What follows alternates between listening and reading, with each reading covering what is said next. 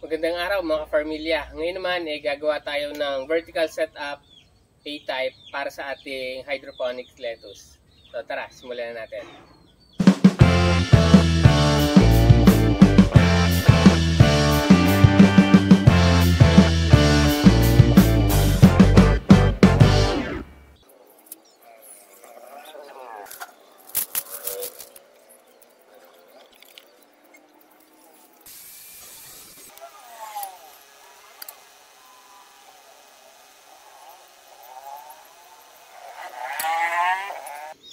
So lumipat tayo ng area ng gawaan kasi ngayon ay may bagyo.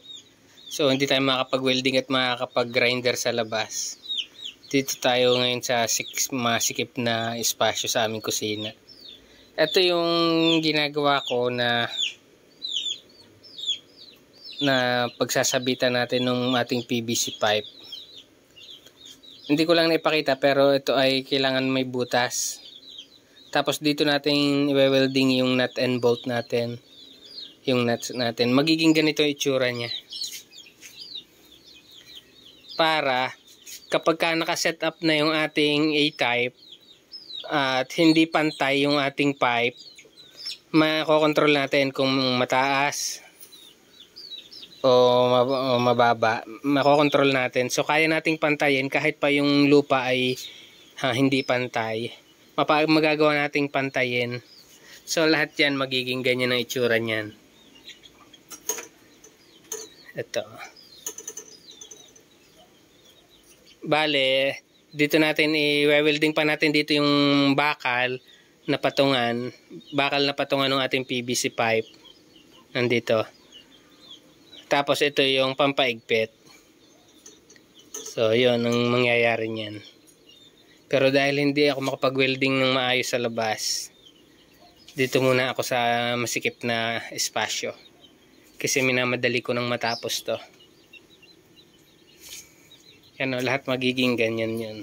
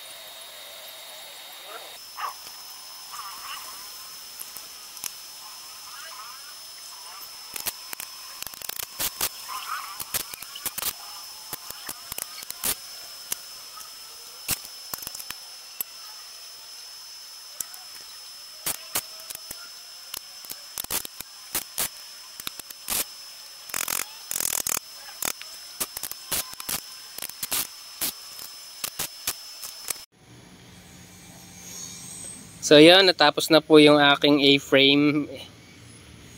Ito po ang itsura niya. Ito yung patungan niya. Kailangan na lang nating pinturahan. So yun, ito yung sinasabi kong patungan ng PVC pipe natin na adjustable. Yung pipinturahan na lang natin tapos ready nang gamitin. So ngayon, subukan ko lang iporma yung taas nitong ating gagawing patungan. Poporma ko lang tapos saka ko pipinturahan.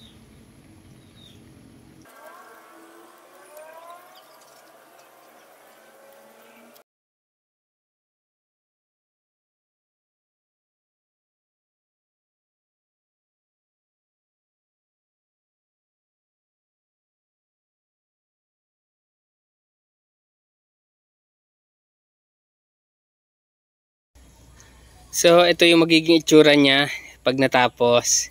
Hindi ko pa lang siya tapos i-align ko pa yan para even yung kanilang pagitan sa isa't isa.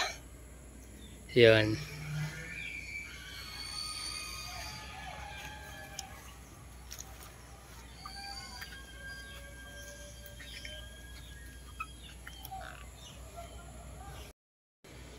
So yun, natapos na naman tayo sa isa na naman nating video.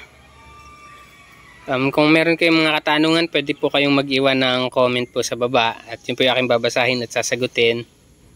Pwede rin po kayong magbigay ng suggestions kasi itong sa akin sariling gawa ko lang, naisip ko lang din kung magwo-work at okay naman siya kahit medyo payat ang ating ginamit na GI pipe.